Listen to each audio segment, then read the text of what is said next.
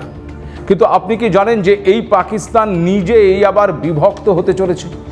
1971 সালের আগে যে পাকিস্তান মূলত দুটি ভাগে বিভক্ত ছিল, পূর্ব আর পশ্চিম পাকিস্তান, 71-এর যুদ্ধের পর পূর্ব পাকিস্তান হারিয়ে যায়, তৈরি হয় নতুন দেশ বাংলাদেশ। কিন্তু এই মুহূর্তে যে পাকিস্তান রয়েছে সেই পাকিস্তানও কি এবার বিভক্ত হতে চলেছে? তবে এখন যে বিভাগ নিয়ে আলোচনা হচ্ছে তা কিন্তু একটু ভিন্ন ধরনের। গত রবিবারই পাকিস্তানের যোগাযোগ মন্ত্রী আব্দুল আলিম খান বলেছেন যে ছোট প্রদেশগুলি অবশ্যই তৈরি করা হবে, মূলত শাসন ব্যবস্থা এবং পরিষেবা উন্নত করার লক্ষ্যেই এই পদক্ষেপ বলে জানানো হয়েছে। 1947 সালের স্বাধীনতার সময় দেশের 5টি প্রদেশ ছিল: পূর্ব বাংলা, পশ্চিম পাঞ্জাব, সিন্ধু, উত্তর পশ্চিম সীমান্ত এবং বালুচিস্তান।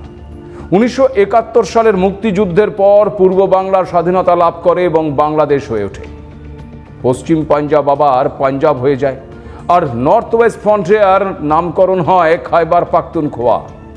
তবে সিন্ধু এবং বালুচিস্তান অপরিবর্তিতই থেকে যায়।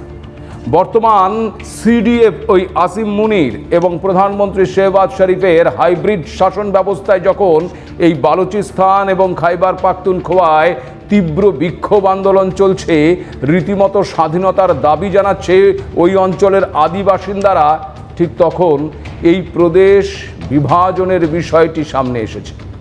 পাকিস্তানের দৈনিক ওই ডনের এক প্রতিবেদন অনুসারে আব্দুল আলিম খান জানিয়েছেন, সিন্ধু, পাঞ্জাব, বালুচিস্তান এবং খাইবার পাখতুনখোয়া থেকে 3টি করে প্রদেশ তৈরি করা হবে। তবে গোটা বিষয়টি নিয়ে পাকিস্তানের সরকারের অভ্যন্তরেই রয়েছে নানান মতবিরোধ।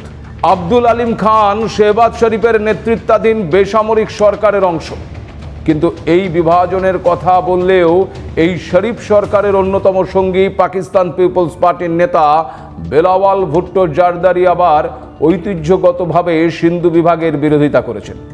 তবে আপনাদেরকে জানিয়ে রাখি যে পাকিস্তানে এটা প্রথমবার নয় যে পাকিস্তান আরও প্রদেশ তৈরি করার পরিকল্পনা করছে। এর আগেও এই প্রচেষ্টা হয়েছে, কিন্তু কোনোটি বাস্তবায়িত হয়নি। এবারও বিশেষজ্ঞরা সতর্ক করেছেন যে তাদের মতে নতুন প্রদেশগুলি সমাধানের চেয়ে আরও সমস্যা তৈরি করবে বেশি। পাকিস্তানের সামনে প্রধান সমস্যা প্রদেশের সংখ্যা নয়, বরং শাসন ব্যবস্থার ফাঁক, যা আইনের শাসনের সঙ্গে গভীরভাবে জড়িত।